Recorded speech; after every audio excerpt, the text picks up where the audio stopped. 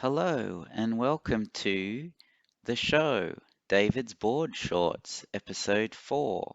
Welcome one, welcome all. So this is a podcast, but it's not on a podcast. It's on a show. It's on a YouTube show. So if you're watching the screen right now, nothing is going to move.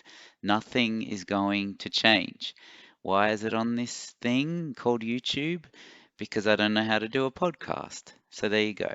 So usually what I do on this show, because it is a show, is firstly I highlight 3 games that I love of a different ilk or type each week.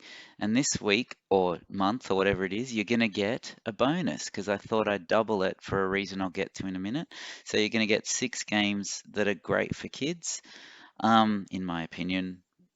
Then we're going to have a quick discussion, monologue about something I haven't decided yet.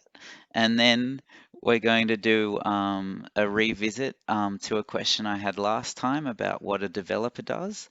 And then we've got our designer diary, except this time, because I'm going through every game that Grail Games has ever released, it's not going to be a game I've designed. So it's not a designer diary. We're up to Too Many Cinderellas. This is a game I released in 2015, if I'm remembering right. I could be wrong. Oh, yeah, I'll bring it up on the ever reliable boardgamegeek.com in a second. But there you go. Oh, and at the end, we're going to have a game show, a board game show. Get it? It's a joke. So, without further ado, let's welcome on the lovely Wolfgang Amadeus Mozart to start the show.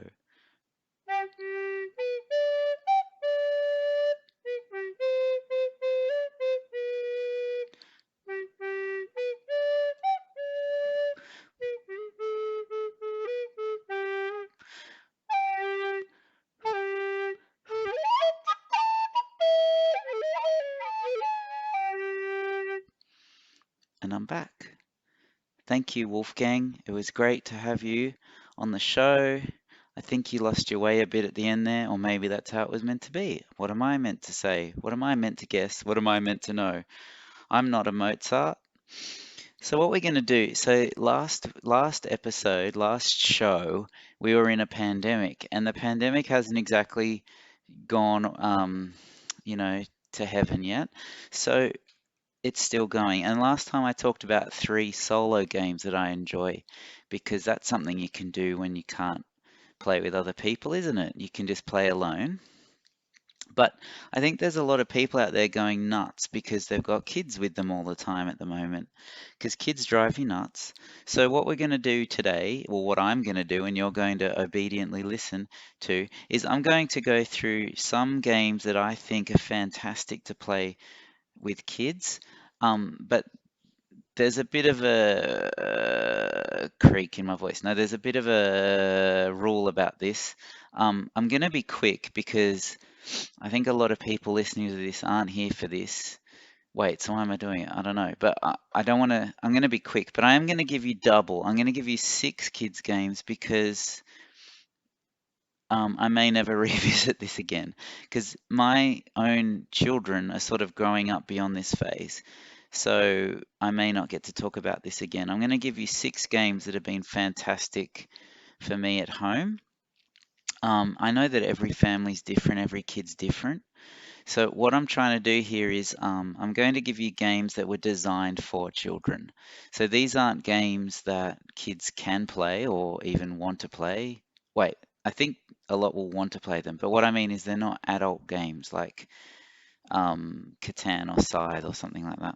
So these are games designed with kids in mind, and they're all games that have had huge success in my home. So maybe you could check them out and see for yourself. Maybe they'll work for you. The age range is a bit varied, but it teeters young. So under 8 for sure, probably under 5 for most of them. And they're all games that children can pick up and learn to play by themselves. So once they've played it a couple of times, they won't necessarily need an adult to help them, although usually they will have that, I assume. Okay, so there's six kids games that I'd love to highlight. The first is called Dweebies. It's by Tim Roediger. It was released by Game Right. It came out in the tin that they're famous for, like the card game tin, Sushi Go size. Um, and I don't know. I think it did well. I don't know how well known it is. I know it because the designer's Australian, but it's a really cute looking game. It's one of those games that has very few rules. This is a rare one in the list because I think adults might enjoy it at least once as well. But all it is there are a variety of different characters called dweebies on cards. The cards also tell you how many of each of that dweeby is in the deck. And all you do on your turn is play a card to the table in a grid style. So they have to be touching orthogonally to another card. And as soon as a row or column has the same dweeby character on each end, then the person who put that match down gets all the cards in that row or column, um, and puts them face down in a score pile. It's that simple, and it goes till all the cards are gone. Oh, at the end of your turn, you draw a card. It's got great artwork that appeals to kids. It's bright and funny and colorful, but the rules are so simple. It seems like a weird, dumb game of Snap for an adult, but actually, that's what it is. It's like vertical snap. Ouch, that sounds painful, but it is vertical snap, but it works really well. It's charming, and because it says on the card with dots how many copies of that dweeby is in the deck, a more experienced child or player can sort of play the deck, play the odds a bit more. So that's worked really well for us, dweebies. Another one I'd like to talk about, the second one is Orchard. This is from Harbour. This is one of their bigger yellow box games. It's usually quite expensive. It's full of the most amazing wooden fruit pieces you'll ever see and little sort of bamboo weaved baskets. There's also a little puzzle of a crow that you're building. So you roll this six-sided dice, and on it there's got, I think it's got one of each. It's got a pear, an apple, a plum, and a cherry. If you roll that, then the player takes that fruit and puts it in their basket. It's also got a basket icon that lets you take two of any fruit, and it's got a crow. If you roll the crow, you've got to start building a nine-piece puzzle of a crow in the middle of the board, which is fun, right? It's fun. Except the crow's the bad guy. This is a cooperative game, which is great for kids because they don't have to worry or cry about losing. They don't have to beat you up when you beat them, stuff like that. So, um, when the crow puzzle is finished, if all the fruit has not been picked, you lose. If all the fruit's picked before the puzzle is finished, then you win. It's that simple, and it's really down to the roll of the dice, except that basket that you roll is the key. So kids will learn, I hope, that you don't just take the cherries every time, even though the cherries are super cool. They're the best piece you've ever seen in a board game. You don't take the cherries because what happens when, um, you've taken all the cherries and you roll cherry? Nothing. It's a wasted turn and the crow comes closer. So you want to evenly pick all the fruit. That's the trick to this game. Very simple. I mean, an adult will grok this game in a second, but for kids, it's so tactile, so fun, so bright, so great. Okay, third one, Looping Louie.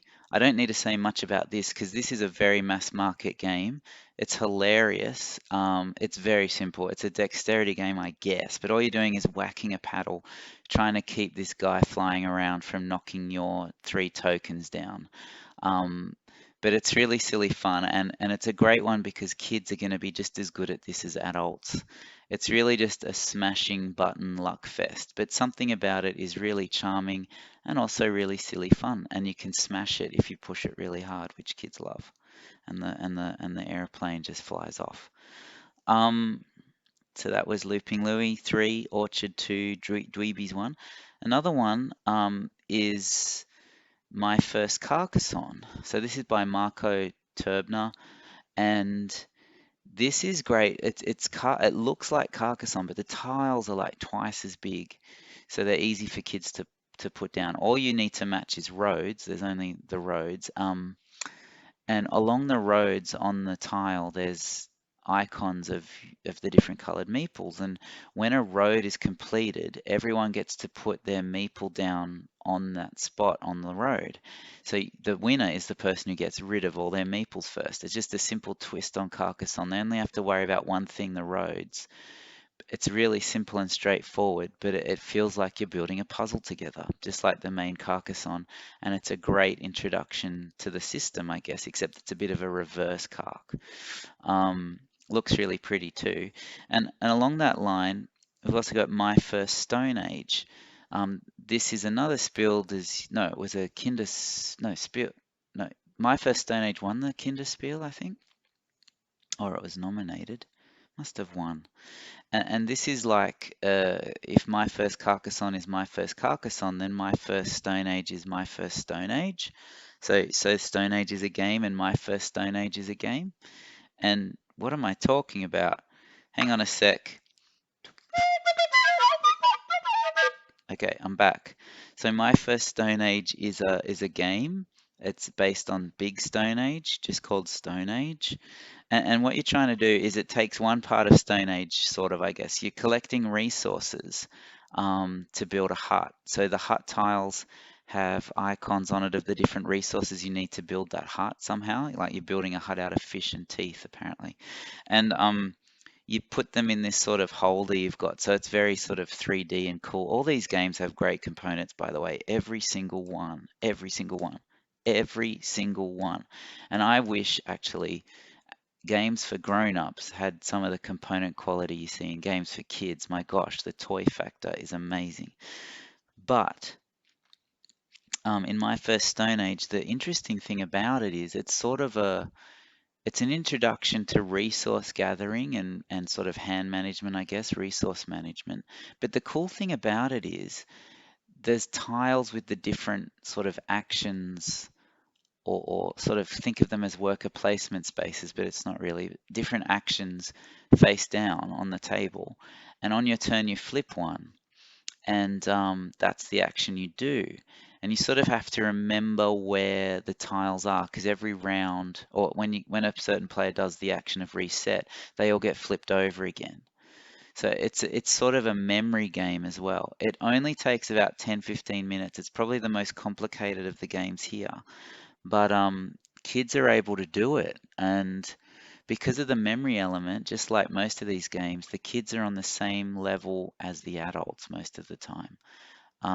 It's beautiful as well, really good. And the last one, the sixth one I wanted to talk about is a hidden gem. It's called Karuba Junior.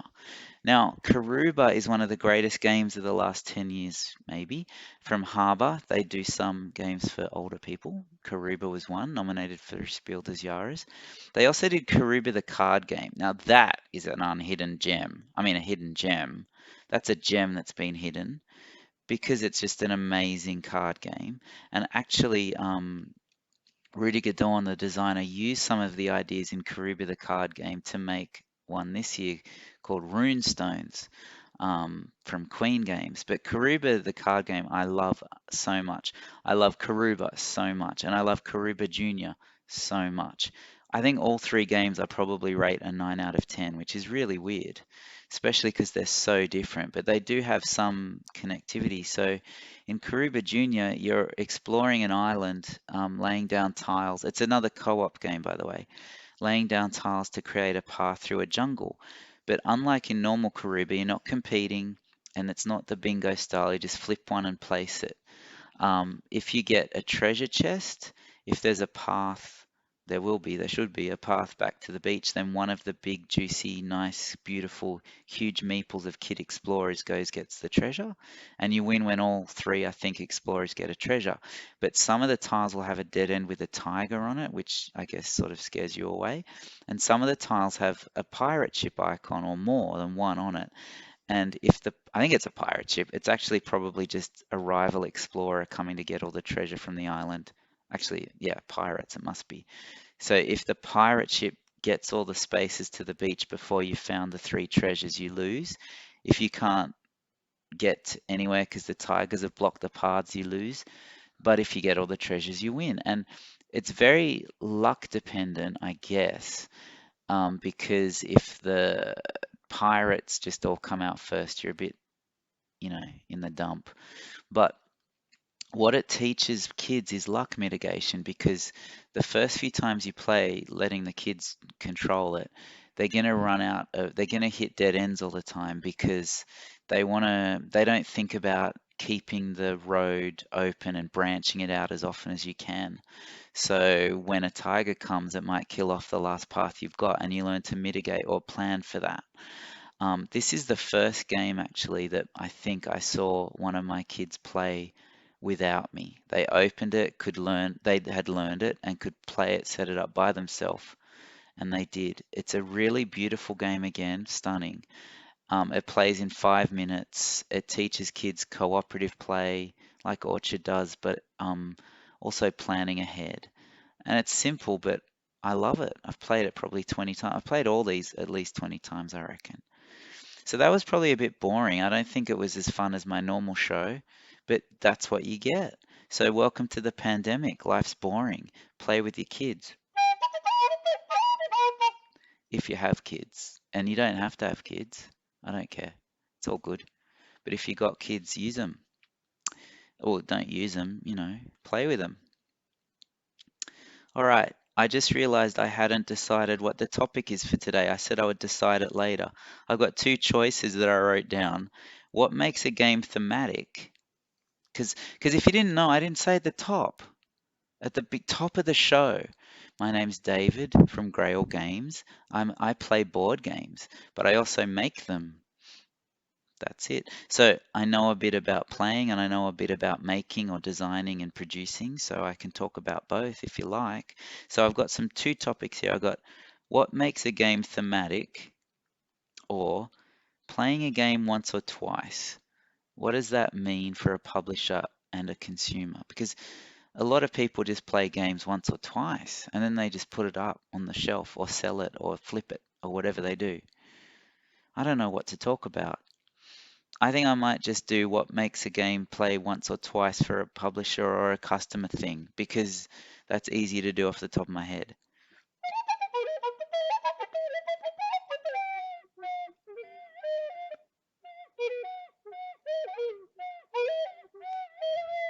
I'm back. So, when I was first into hobby board games, the games you can't buy at mass market shops, I'd play the game 50 billion times, literally, before it, fell apart in my hands one day. Um, so why do I now, as a gamer, often play it once or twice, put it on the shelf, either don't play it again for a year till I feel guilty about not having played it, or I just decide I don't like it, so I sell it on. Why do I do that now? Why do people do that? Why are we happy to just play it once? And what's the consequence of that? Let me think about this. So, firstly, why do we do it? I don't know. I think once you get a lot of games in a collection, it's harder to keep up with all of them. They're all your babies. You want to play all of them, whatever that meant, but you can't. Like if you're a person like me, you play games once a week if you're lucky. So how are you going to play 100, 200, 300 games? But you don't want to get rid of them all because they're great. They're great objet d'art. That was a bit of culture there for you. Or if you're French, it was just a bit of everyday. Um, they're objet d'art, but they're also like a collection that you treasure. And they're also great things. They're fun. Even if you only played it once, it was fun. You don't want to get rid of it necessarily.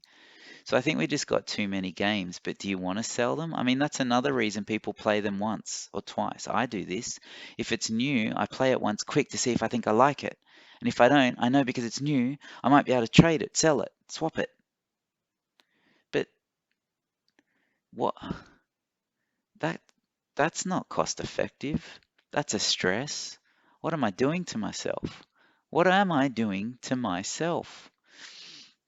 Look, there's a couple of I mean, the reasons are sad. The games market is flooded. People want it all.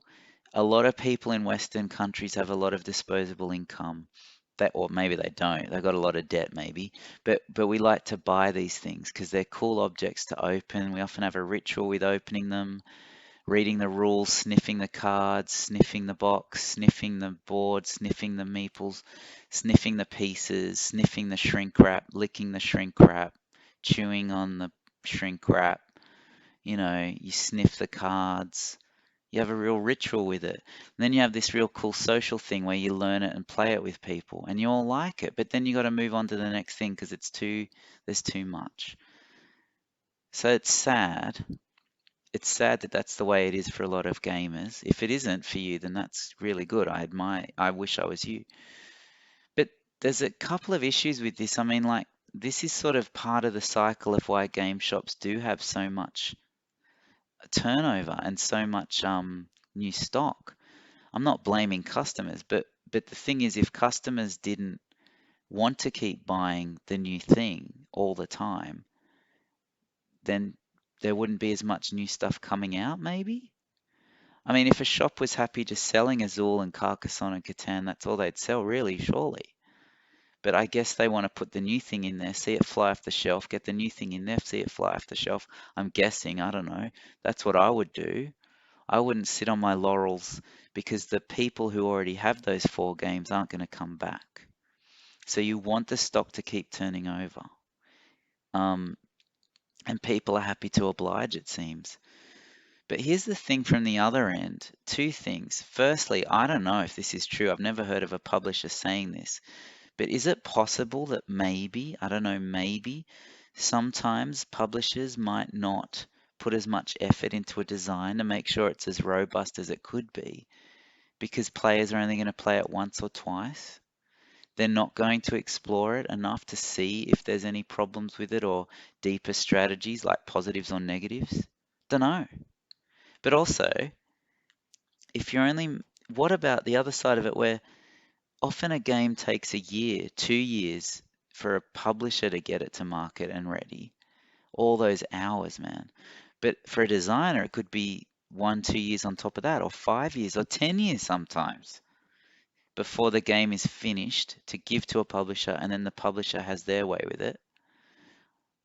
All that lost time for it to come to someone's home to be played once or twice and not really explored and not really studied or enjoyed to the max that people who made it would hope it would be. I don't know. Are we going to get stuck in this thing where the product design, as important as that is the main thing? Is that going to be the thing that drives sales only? Because we only want it for a little time. We only want it to please us once or twice. And then if it does that, we'll keep it, sure. But we're not going to maybe play it to death like we used to. I'm just rambling, but it's an interesting thought. How about this? In the comments below or above, I don't know where you are. You could be lying on your back. Why don't you tell me or other people? I don't know. You don't have to tell me. Why am I forcing this on you? I don't know. You could comment and say if you want. How often do you play a new game usually? How often do you play games at all? And does it bother you that you only play games once or twice? I mean, you often hear this thing, oh, but a game costs $50 and that's a lot, but because I played it with 4 people and it took an hour, that's like $10 an hour, so that's cheaper than a movie. Yeah, but really, I don't know. Why not save more money? Say play it 10 times and it's like $1 an hour. I don't know what I'm talking about. That's what I'm thinking about. What am I saying? Is it time for another solo from Wolfgang, Amadeus, Mozart?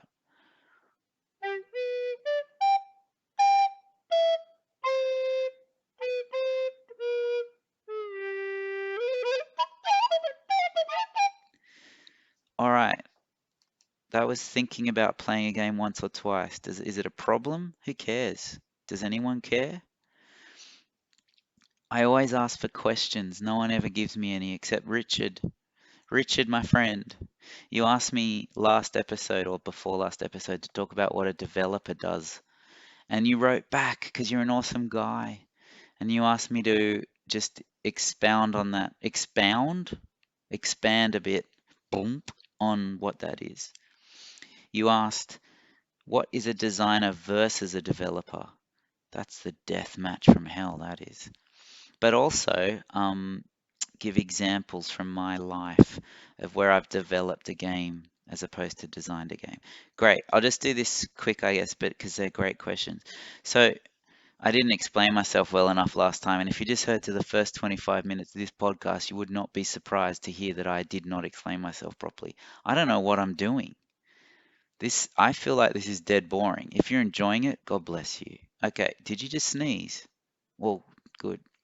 So, what's a designer versus a developer? I guess they're very similar, but a designer I would see as the person who invented the game, invented the idea of it, built the original prototype, tested it, I guess, had it ready for a publisher, showed a publisher. This is I guess, the author, if you're looking at the book industry. Okay. Um, the developer is the person usually on the production side of things, but I think there are some freelancers around out there who do a bit of development before it goes to a publisher. But usually a developer is in-house with the publisher. They live together or something. They're in the same house, I guess. And what they do is they keep designing it. So a designer usually, not always, designs to a point, then gives it to a publisher. Then the publisher decides what they want to do with it, and they might need a developer to make those things happen. Often the designer is also a developer at this point and takes part in the development process. Usually that happens. But the main difference is the design is sort of what happens up to the point where the publisher gets their vision for it, and then the game gets developed. So it's still designing, but the difference is the core game is done. The developer's job is to test and push it to make it smooth, maybe make it fit the style or feeling of the publisher's other games. I'll give you some examples. So um, let me think. Whale Riders. So this just got announced. This is a game that I am putting out. Well, it's going to be on Kickstarter this year. It'll be probably out early 2021. Sounds like I'm counting 2021, 2021. Whale Riders was given to me from Dr. Rainer Knizia, fully designed, in my opinion. But it was a game about the Silk Road, and that's been done so many times in games. I've even put out Kashgar, Merchants of the Silk Road, so I didn't want to have another one. So what my job was, I guess in this case, as the quote-unquote developer, was simply to find a new theme, a new setting, I should say, and then make sure that all the components, all the art, all the pieces fit that new setting, and it feels seamless. That's hopefully the plan, so that people wouldn't know it was originally designed as a Silk Road trading game. It's actually about whale riders. Yeah. Another one, a different thing would be, or a similar thing would be Hibachi. I think I've mentioned that, so I'm going to put similar thing Kickstarter this year. This is a remake of a game called Safranito, which was a game. It's a dexterity slash Euro game, and it's cool. Cool. Hey, that sounds cool. Hey, you should get 20 copies of this. It's about, well, the original game Safranito was about collecting spices and then selling those spices and fulfilling contracts for those spices. Sounds a bit like the Spice Road I was mentioning before, Silk Road, same thing. So I wanted to make this film new and special, and I thought spices had been done. So I had to come up with a new thing, and I thought, well, hang on, we're throwing stuff on a board, we're fulfilling things. Why can't it be? Well, we call it in Australia a teppanyaki restaurant, a Japanese restaurant where they chuck stuff at you and they chuck things around, and somehow out of all this chucking around, you get a meal. And it's done on a square plate called a hibachi grill. That's why it's called a hibachi restaurant in America, I think. These are Japanese restaurants, if I didn't say that. And I was like, hang on, you're throwing stuff. Instead of collecting spices, why aren't we cooking food? Collecting Japanese food ingredients and fulfilling orders? Well, that's just giving orders to customers. So in that's like Whale Riders, just sort of a slight development twist or sideways step to take it to a new point. But it's not just picking a new theme, because you sort of have to make sure that the game still works and As well with Hibachi and Wheel Riders, I had to come up with some other sort of modular expansiony bits to make it feel like a new edition as well, and also to fit the theme a bit. Um, so development in that case is sort of just pushing the design a bit. Um, Crisscross, which is a roll and write game, so the game was based, so actually Dr. Knizia gave me three versions to pick from. One was you draw tiles out of a bag.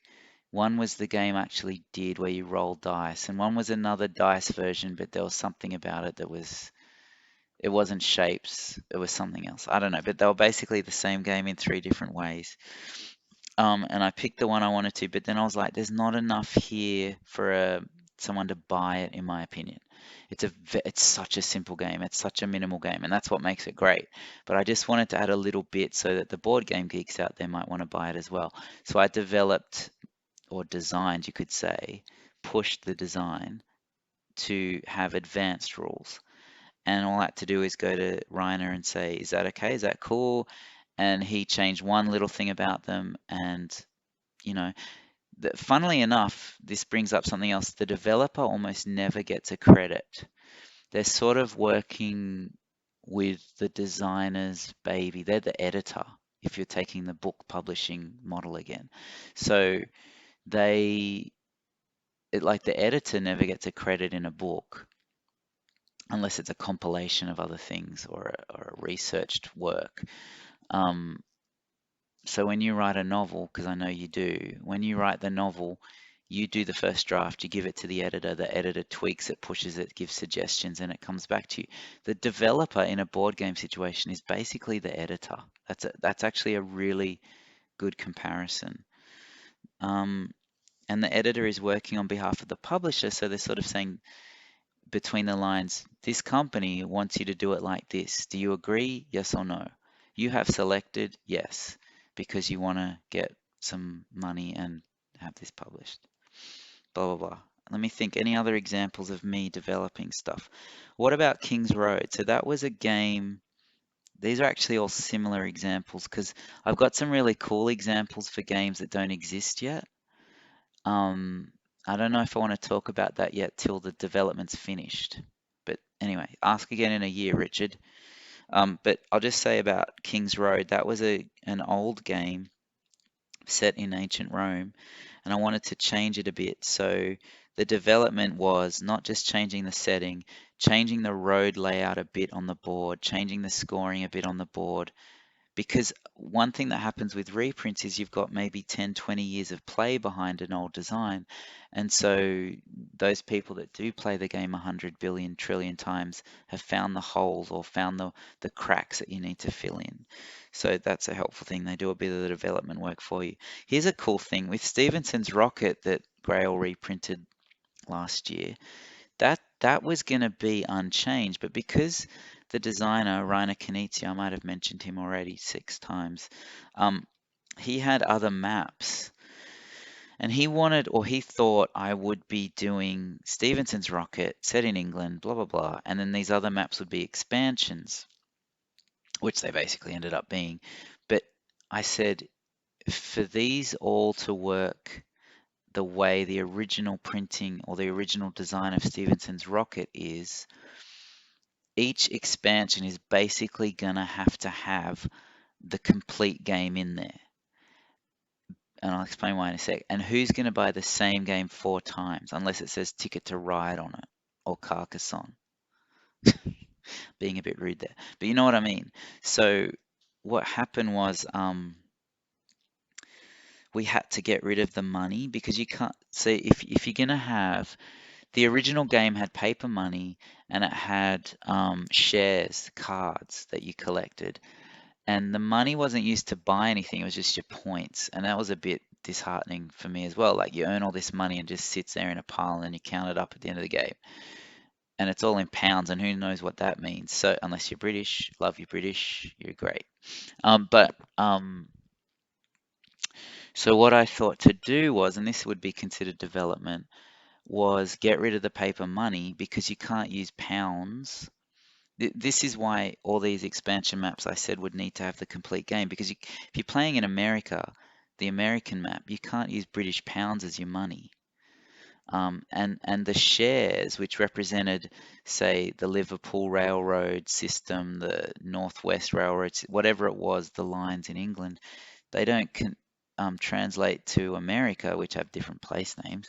So you'd have to reprint all these cards, these shares for each map, and all the money for each map, and it would just be such a waste for a cosmetic thing.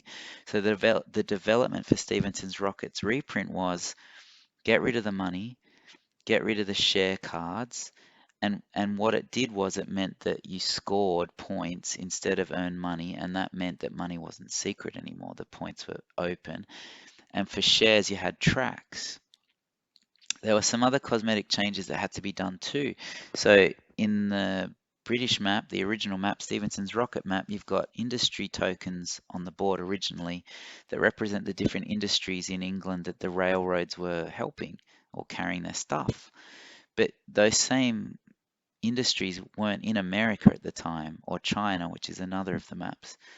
So these had to be done with a chart where you place a plain cube on the industry you want to help or invest in on the map. And this way you didn't need to have new tokens for each map as well, because the industries are printed on the board, not printed on cardboard punch-outs. Did that make sense? It probably didn't if you don't know what the game is or what I'm talking about. I just thought of one. I didn't help with this, but if you want to see what development is, go to Board Game Geek and search up Santorini and compare the 2004 maybe edition to the edition that came out a couple of years ago. Not just the look, but all that comes with the game now. The original Santorini was a strict, what you'd consider an abstract game. The new one adds countless variability, countless upgraded components, a setting, all sorts of stuff. Go look at that. So that's what I wanted to say about development for Richard. Goodbye, Richard.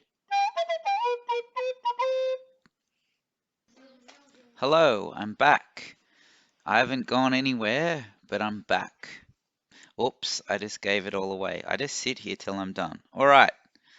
So, usually at the end, I talk about a game in order from timeline of the game that the Grail games releasement. Got that? So today we're up to Too Many Cinderellas. This got the number 3 in the Grail Games Mike series after 101 and 11s. This is a big one for me because this was the first failure I had on Kickstarter, which, you got to do it sometime. And it was also the first game that I licensed. So I said probably 16 times in the first 3 shows that Grail Games, one of its main points was to bring games from Asia to English-speaking markets. That's something I really wanted to do. Ever since I'd heard of Love Letter and all those other things that were, even at that point, probably not out in English yet, I was like, gee, there's an untapped market here. And I was pretty close to it. So what I did was, I was looking for a game I could do. I contacted a few companies about games, but as is often the case, sometimes I'd get a yes, but it never happened, or sometimes I didn't get a response, or sometimes it just didn't work out. And I heard of Too Many Cinderellas. It sounded great for me. It was a micro game, just 18 cards, similar to Love Letter and all of that. Um, and it had no real language on the card. At least I could, not a lot of language to translate, things like that. And I thought this could be great. The theme or the setting really made me crack up. And when I finally got a copy, I was like, this is so cute. This deserves a wider release. But their things didn't go quite to plan. And before I say all the negative things, I love the game, and I think many people do, and thank you to those people, or person. But the problem is I couldn't afford to do it right. So the Taiki Kanai Games of Japan said, yeah, sure, you can do it, which was great. And I think we have had a good relationship. But it didn't make them rich because the royalties were small on such a tiny game. And it only ended up selling 2,000 copies, like, the print run. Um, so that's sad for them and me, I guess, but it's just what happens a lot in games. I think this game does deserve wider recognition and play and attention, but it's hard for a game that's so small to do that, especially when everyone already had Love Letter. It's basically four player, a 2 to 4 player thing where everybody's got some cards in their hand that could be Cinderella. So the prince is at the ball, but he didn't know who Cinderella was because she transformed. So then everyone at the castle's whispering in his ear, "Oh, it was my daughter. Oh, no, no, it was my daughter. It was my grandmother. It was my dad. It was my cat." And the idea is that at the end of the game, because there's rumors spreading around like she really liked cake or she was good at this or that, and all the cards not only have this person on it but different rules to determine who Cinderella actually is. So during the course of this very quick game, these rules sort of come together, and you want to make it so that the person in your one of the people in your hand is chosen as Cinderella. If it's a tie or it all flops apart, then it's the cards have numbers on them, and it's like the lowest card wins. And it's hilarious because there's different genders, different animal species, different types of Cinderellas there. I thought this could be really accessible, really. It's a bit mass markety, really. I swear I should go back and revisit this. It could be redone. But at the time, I didn't have money or funds or marketing or anything, so I knew I couldn't afford to redo the art. I just changed the format of the cards a bit, and this was probably the first time I got back into graphic design after I'd done it as a degree. So my skills weren't quite up to scratch. It doesn't look the best. For the box art, I did get an illustrator, but I just got the only one I knew at that point, and that was someone who'd done work for my brother on his game Pack of Heroes. And I liked his comical approach to the cover, and I think it works well, but it didn't get a lot of traction.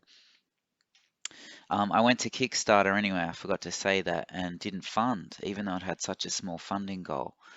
And looking back, I learned a lot from it. At the time, I was just disappointed and just wanted the game out, so I just paid for it myself.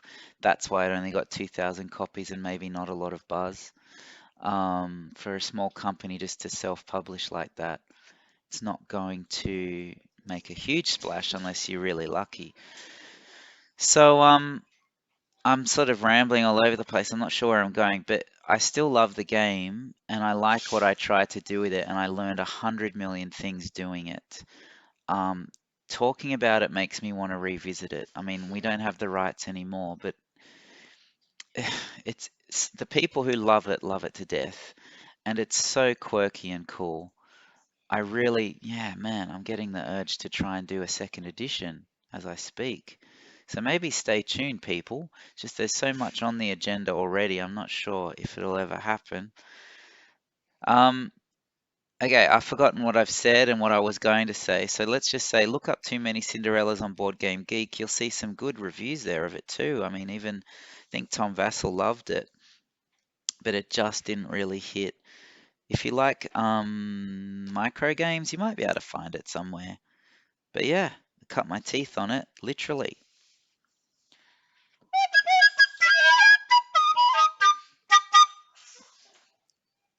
I know, but oh, sorry, I'm back. I'm just telling people in the room to be quiet. Okay, so they're quiet. So normally that's where the show would end because this is a show. I talk about 3 great games of a particular topic, and today you got 6 because I'm nice. Um, and then what happened? I talked about a topic from a publisher perspective and a gaming perspective, maybe sometimes, development, part 2. And then I did my designer slash publisher diary, but I got something new. I remembered, like, let's do a game show, board game show. Here's the theme song for board game show.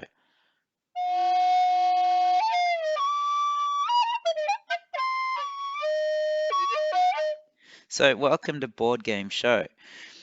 Actually, I'm copying someone who copied someone else because if you remember, if you ever heard it. On the original Ricky Gervais show, Carl Pilkington did a thing called Blockbusters, I think in the second season, which apparently he took off some other game show.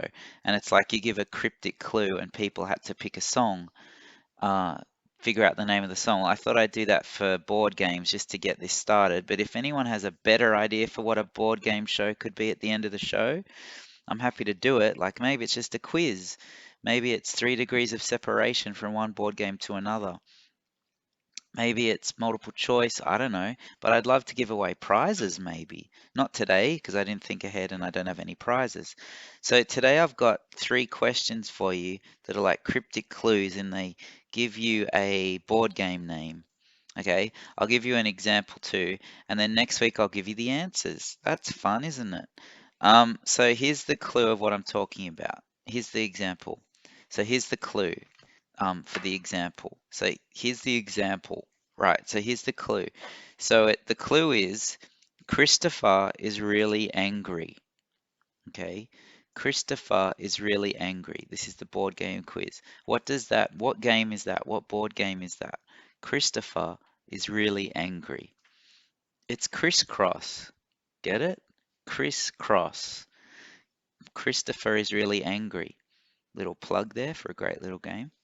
So here are the 3 clues. You gotta reply. You gotta write back. Now, if you do it in the comments below, everyone will see the answers. So that's a bit annoying.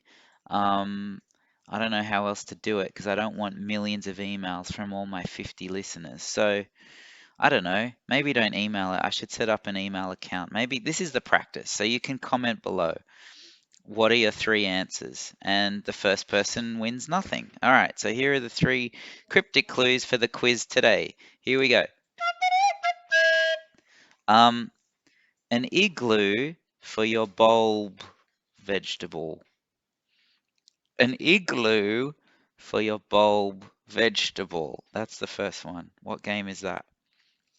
I'm thinking board game, card game. An igloo for your bulb vegetable. Okay, the second one. Try, no, no, the second one. What will I cook this bird in? What will I cook this bird in? And the third one, I really would hope, no, hang on. The third one is give this Mexican food a go. Give this Mexican food a go. You might like it. Give this Mexican food a go. All right. So that's the thing for today. That was the board game show. Try those questions and answers. See you next time on Board Shorts.